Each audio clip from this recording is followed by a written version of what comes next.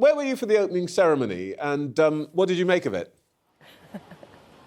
Well, actually, I was watching it on TV, but I have to say, first hour was a little slow, but it got better and better, and it really built. And I think because we're so used to a stadium opening ceremony, I think it was very French, it was very Parisian.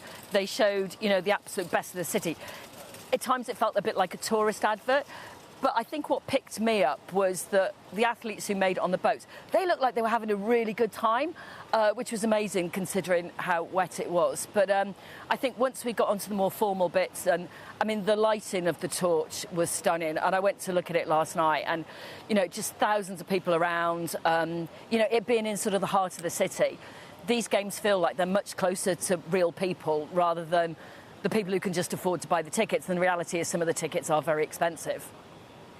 Yeah, I think that they obviously did take quite a big risk. And I mean, some of it was utterly bonkers, you know, Assassin's Creed meets Marie Antoinette. But I love that silver horse.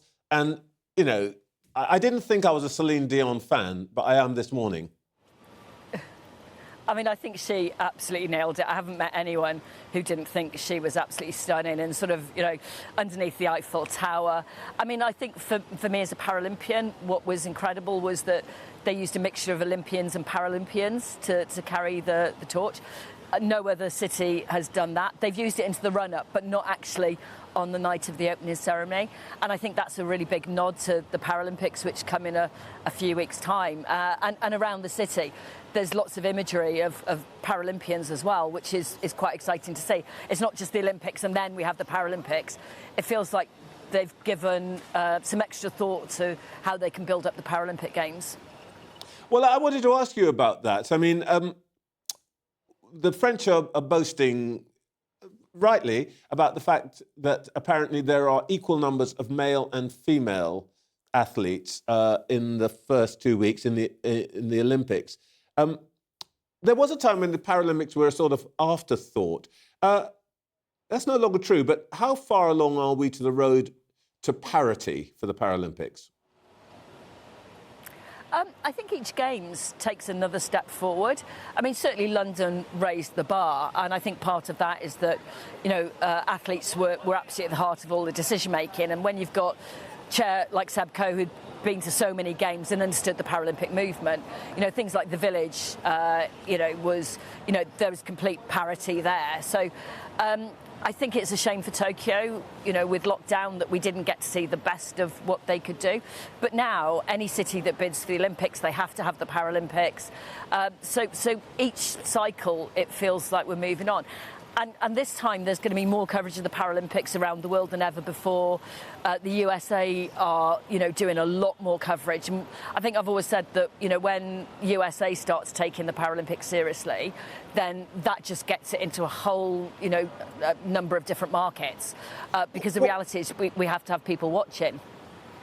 What in practice does it mean, Tanni, for the athletes to move towards Paralympic parity? I mean, is it just a sort of an issue of the image, or are there practical outputs for the athletes? I mean, there's very practical outputs. You know, part of it is recognition. You know, Paralympians are elite athletes. They train incredibly hard. You know, anyone who's Olympian and Paralympian elite sports person, they train incredibly hard. Recognition of success is nice. But the reality is also about sponsorship. It's about that financial backing.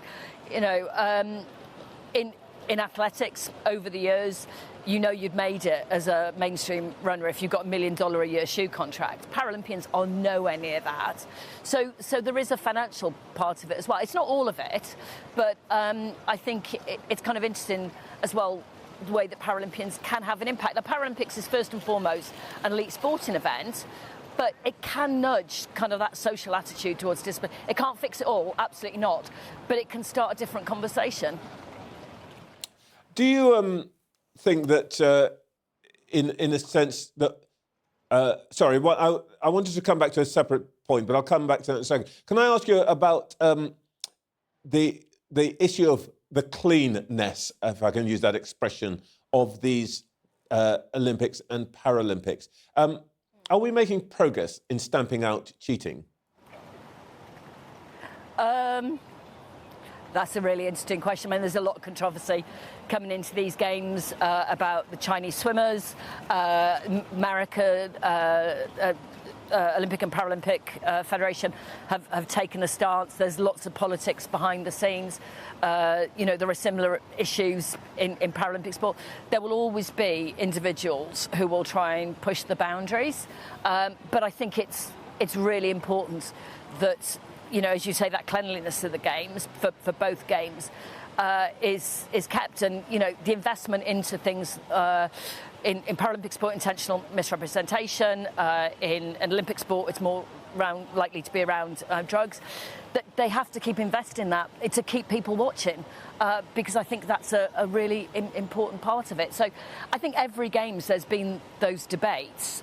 It'll be interesting to see how it plays out with the IOC sort of making some sort of very big statements about the USA and where they are at the moment. I don't think the LA Games are in any doubt whatsoever. There's no way they'd take the LA Games away from the USA, but it's a perpetual discussion that I think we need to keep addressing. You've seen a lot of these games, and you're a public figure, you're in House of Lords and all of that, so you probably a person best qualified to answer this question. We had the Lionesses, and everybody was cheerful about that. Mild disappointment about the Euros.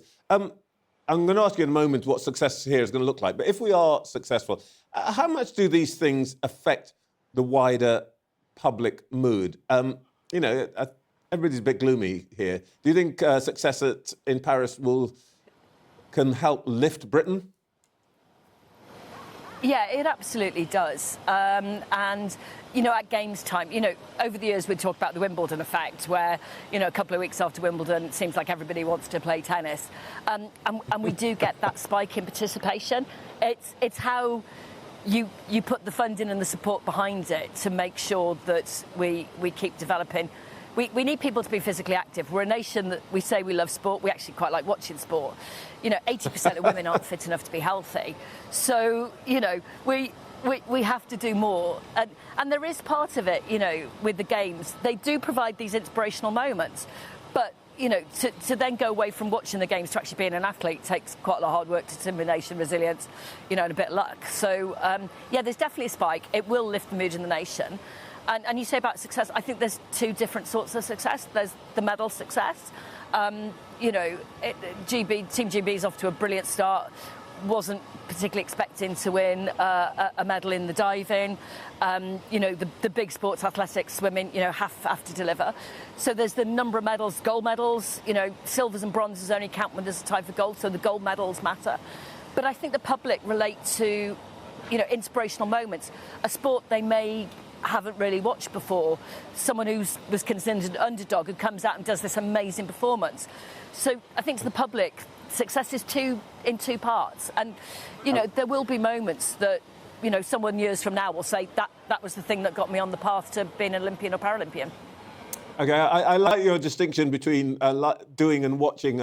My sofa is very much in training at the moment, but just very quickly.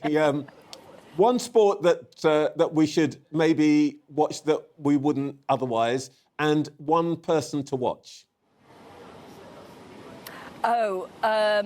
Skateboarding is amazing. I think that's going to have moved on so much in the last 4 years. I always hate. I'm going to say Tom Dean, swimmer. Mostly his mum had an absolute nightmare getting to Paris. There were just so many people trying to get her on a train yesterday, and Eurostar stepped in. And so I hope for his mum that he has the most amazing games, because it's been so hard for her to get here.